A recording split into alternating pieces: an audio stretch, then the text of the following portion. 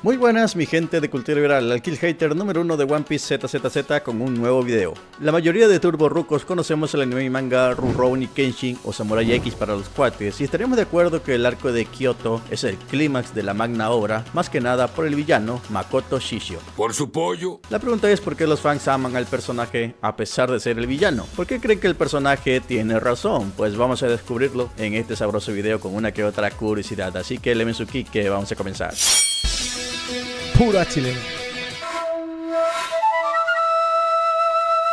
Bien, para entender el quilombo debemos conocer algo de la historia de los japos. En los años 1600, cuando el tirano mandó, Ieyasu Tokugawa logró unificar el país bajo una sola autoridad e inauguró uno de los periodos de paz más largos de la historia japonesa. A ello se lo conoció como el Shogunato Tokugawa, que gobernó Japón durante más de 250 años, en los que el país se mantuvo aislado del mundo exterior. ¿Eso es mucho? Lo malo es que gracias a esa política ultra conservadora, Japón se estaba quedando muy por detrás en lo que respecta a ciencia, tecnología y comercio del mundo exterior. Pero todo se fue al carajo con la expedición Perry. Gringolandia dijo: a los japos le hace falta libertad. Así que invadió para comerciar y garantizar la seguridad de sus barcos que navegaban por la región, entre otras cosas, si saben a lo que me refiero. Naturalmente algunos japos estaban de acuerdo y otros no, sobre todo los samuráis que gozaban de un alto rango dentro de su sociedad, derivando así un conflicto interno entre los pro Shogunato Tokugawa y los pro imperialistas. Este periodo se lo conoce como Bakumatsu, donde nuestro querido Kenshin estaría involucrado como un anti-shogunato Tokugawa. En conjunto con la alianza Samusa Chosu, los imperialistas finalmente derrocaron al shogunato Tokugawa, poniéndole fin a la era Bakumatsu. Entonces, un 23 de octubre de 1868, se dio inicio a la era Meiji, que supuso un salto precipitado a la modernidad. Los samuráis ya no serían bien vistos, de hecho, se impuso una ley que prohibía a las personas llevar espadas en público. Y Samurai X se desarrolla durante el año 11 del periodo Meiji en Japón, o sea, más o menos en el año 1878. Hijo. Nuestro protagonista Kenshi Himura colgaría las botas tras el fin de la era Bakumatsu bajo el compromiso de nunca más volver a matar, convirtiéndose así en un vagabundo. ¿Y ya? Mientras que Makoto Shishio, el reemplazo de Kenshin, sería traicionado por el gobierno Meiji y por sus camaradas, quienes le prendieron fuego. Sin embargo, Shishio sobrevivió y empezó a conspirar para derrocar al nuevo gobierno Meiji, desencadenando así todos los acontecimientos que vimos en el anime y manga. Kenshi Himura, también conocido como Himura Shinta, es el legendario Hitokiri Batusai, más apropiadamente llamado Himura Batusai, o Batusai el destajador para los panas. ¿Qué mamada? ¡Es el mejor nombre de la vida! Su nombre fue digno de leyenda dado que fue una pieza clave para culminar el conflicto Bakumatsu. De hecho, se dice que en las manos de Kenshin se definía quién ganaría la guerra, los pro Shogunato Tokugawa o los pro imperialistas. Pero antes de llegar ahí, primero debemos conocer el pasado de Kenshin. A muy temprana edad, los padres de Kenshin murieron de cólera. Un año más tarde, fue testigo de la masacre de Kazumi, Akane y Sakura, niños que deseaba proteger mas no pudo hacerlo por sus limitaciones, siendo ese acontecimiento su gran motivación de protección a los más débiles. Para ello, Kenshin acogió el estilo Hiten Mitsurugi, uno de los estilos de pelea más poderosos de la historia japonesa, creado exclusivamente para proteger a las personas, salvo que un inmaduro Kenshin de 14 años abandonó su entrenamiento para inmiscuirse en el conflicto Bakumatsu, donde tomaría el bando anti-shogunato Tokugawa. ¿Y eso es malo? Y ese sería uno de los más grandes errores de Kenshin, puesto que el estilo Hiten Mitsurugi es autónomo, es libre de elegir bandos, caso contrario, solo crearía nuevos demonios. Irónicamente, la leyenda que Kenshin forjó como Batusai el destajador fue el que creó a Makoto Shishio y todo su Yupon Gatama. ¿Qué? O dice espadas para los cuates. Pero eso Kenshin lo aprendería una vez retome su entrenamiento en el futuro. Continuando con su pasado, y como dije antes, Kenshin tenía en sus manos el poder para dar la victoria a cualquiera de los dos bandos, mas la historia indica que Kenshin eligió al imperio. En una de sus tantas masacres, Kenshin asesinó a Akira Kiyosato, quien por su fuerte apego a la vida, logró cortar el rostro de Kenshin antes de morir, siendo esa su primera cicatriz. Tiempo después, y como si de una broma del destino se tratase, la prometida de Akira, Tomoe, rastreó a Kenshin para vengar a su prometido. Dio con él, pero sin darse cuenta, se enamoró lentamente de Kenshin hasta convertirse en su esposa. Al final, Tomoe muere por la espada de Kenshin, siendo ese acontecimiento donde Batusai obtendría su enigmática cicatriz en X. Además de ello, promete nunca más volver a matar una vez termine la era Bakumatsu. Para ello adoptó la espada Sakabato, o espada sin filo para los compas, lo cual es técnicamente incorrecto, dado que un solo lado de la espada no tiene filo, pero bueno, nuestro protagonista se convirtió en vagabundo una vez terminó el Bakumatsu y comenzó la era Meiji. Protegería a los indefensos sin derramar sangre, a fin de un periodo de paz y sumamente optimista del futuro de su país. Ese es un verdadero hombre. Hasta que sus creencias y motivaciones serían desafiadas por el fantasma de Bakumatsu. Makoto Shishio es el legítimo heredero del Hitokiri Batusai. El gobierno Meiji lo usó como otra de sus piezas claves para tomar el control de Japón, mas notaron que a diferencia de Kenshin, quien buscaba la paz, Shishio era ambicioso, buscaba acumular poder, con lo cual era cuestión de tiempo para que dé un golpe de estado y tome las riendas de Japón.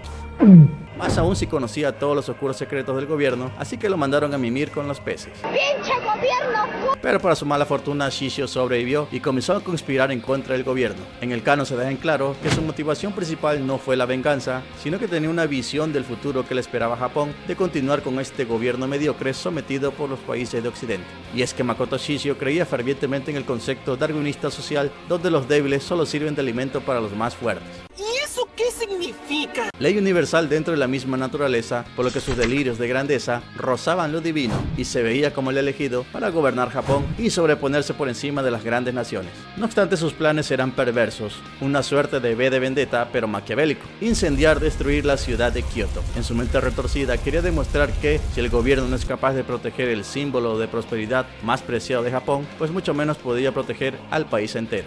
¡Es un demente! Tal acto sería una declaración de guerra que nos regresaría a la era Bakumatsu. Innumerables vidas inocentes se perderían por la ambición de un solo hombre, cuya filosofía dictamina que los débiles solo sirven de alimento para los más fuertes. Y ahí donde nace la controversia: ¿acaso el fin justifica los medios? Depende del día. Y es que a partir de aquí el autor, incluso la historia, le dan la razón a Shishio. Y es que al final del día Japón adoptó la filosofía de Shishio y creó un gran ejército hasta el punto de convertirse en una potencia colonizadora. ¿Cómo? De haber continuado con el ideal optimista de Kenshin, pues Japón hubiese sido pisoteada y humillada por Occidente, tal y como le pasó a sus países vecinos, como China. Tiene razón el rosado. Otro punto a favor de Makoto Shishio es que son los vencedores quienes escriben la historia. De haber salido victorioso en la batalla contra Kenshin, pues Makoto Shishio sería visto como el héroe que eliminó al débil gobierno Meiji, que no pudo salvar la ciudad de Kioto. Sería visto como el líder que convirtió a Japón en una potencia colonizadora. Más aún si Shishio ya estaba incursionando con el petróleo como el reemplazo del carbón, lo que sin dudas era el medio para afianzarse en el mundo. Y por último, pero no menos importantes, Rurouni Kenshin defendía una falsa paz.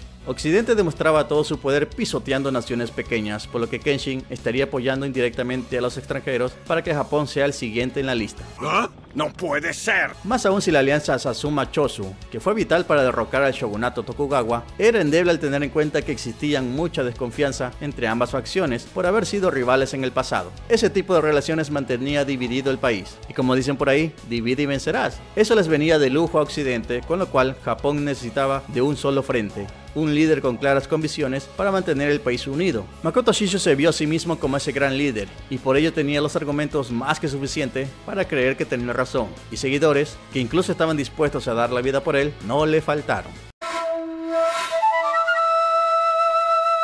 Muy bien, eso resulta todo el veneno del agua de los dioses, y Rurouni Kenshin es una grandísima obra, 20 sobre 10 y God. Tal como lo dictamina el autor, Makoto Shishio es la representación de lo atractivo de ser malvado. Tal como dictamina el canon, el más fuerte es el que prevalece, pero si Makoto Shishio era tan fuerte, pues ¿por qué se murió? No lo sé, tú dime. Pues anime y manga son muy puntuales al decir que no hay nada más fuerte que el deseo de vivir. Y ahí la gran diferencia entre ambos personajes. Tenemos a Kenshin, que considera que cada vida es valiosa, mientras que Shishio los ve como alimento. ¡Desgraciado! Tan solo eso nos define quién es el bueno y quién es el malo. Además, el deseo de vivir se hace mucho más fuerte si está ligado al amor. De ejemplo está Kira Kiyosato, quien fue el único en poder lastimar a Kenshin en el rostro. Del mismo modo, el deseo de volver a ver a Kaoru fueron los que levantaron a Kenshin cuando este ya había abrazado las frías garras de la muerte. Y la realidad es que Makoto Shishio no amaba a nadie más que a sí mismo. Eliminó con frialdad a la única persona que la amaba con tal de ganar cobardemente la batalla contra Kenshin. ¡Este chino está loco! ¡Hay que largarlo! Para ser un samurái de códigos deja mucho que desear, más aún si usa sucios trucos que requieren de material inflamable. Son por todas estas razones que Makoto Shishio perdió, a pesar de tener la razón en el ámbito político. Y eso es lo realmente inquietante. La historia del mundo dictamina que efectivamente los fuertes prevalecen mientras que los débiles mueren. Pero la realidad es que esa ley natural solo nos encierra en un círculo vicioso donde una nación pega a la otra y viceversa. ¿Qué tan saludable puede ser que la vida de millones de personas esté en manos de personajes trastornados como Makoto Shishio? Permítame responderles, pues nada,